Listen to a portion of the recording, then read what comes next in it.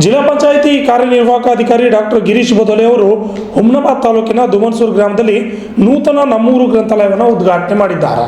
ಮಾತನಾಡಿದ ಅವರು, ಜಿಲ್ಲೆಯಲ್ಲಿ ಮೊದಲ ಬಾರಿಗೆ ದುಮನ್ಸೂರು ಗ್ರಾಮ ಪಂಚಾಯಿತಿಯವರು ನಮ್ಮೂರ ಗ್ರಂಥಾಲಯ ಸ್ಥಾಪನೆ ಮಾಡಿರುವುದು ಶ್ಲಾಘನೀಯವಾಗಿದೆ.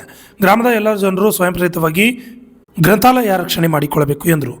ಈ ಸಂದರ್ಭದಲ್ಲಿ ತಾಲೂಕು ಪಂಚಾಯತ್ ಕಾರ್ಯನಿರ್ವಾಹಕ ಅಧಿಕಾರಿ ದೀಪಿಕಾ, ಗ್ರಾಮ ಪಂಚಾಯತ್ ಅಧ್ಯಕ್ಷ ವೀರಪ್ಪ ದುಮನ್ಸೂರ್, ಉಪಾಧ್ಯಕ್ಷರಾದ ಲಕ್ಷ್ಮೀಬಾಯಿ, ಪಂಚಾಯತ್ ಅಭಿವೃದ್ಧಿ ಅಧಿಕಾರಿ ಮಲ್ಲಿಕಾರ್ಜುನ ಯತ್ನೂರ್, ಗ್ರಾಮ ಪಂಚಾಯತ್ ಸದಸ್ಯರು, ಗ್ರಾಮಸ್ಥರು ಹಾಜರಿದ್ದರು. ಇದು ಮೊದಲನೇ ಆಗಿದೆ. ಜೊತೆಗೆ ಜಿಲ್ಲೆಯಲ್ಲೂ ಕೂಡ ತಾಲೂಕು ಪಂಚಾಯತ್ ಹುಮ್ನಾಬಾದ್ ವತಿಯಿಂದ ಕೆಲವೊಂದು ಭಾಗದಲ್ಲಿ ಪುಸ್ತಕ ಗೂಡು ಅಂತ ಒಂದು ಕನ್ಸೆಪ್ಟ್ ಮಾಡಿದ್ರು.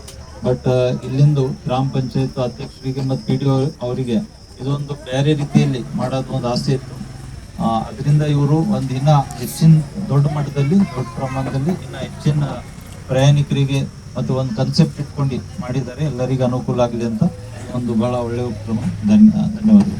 Bureau report, RJ32 Kannada news, Humnabad.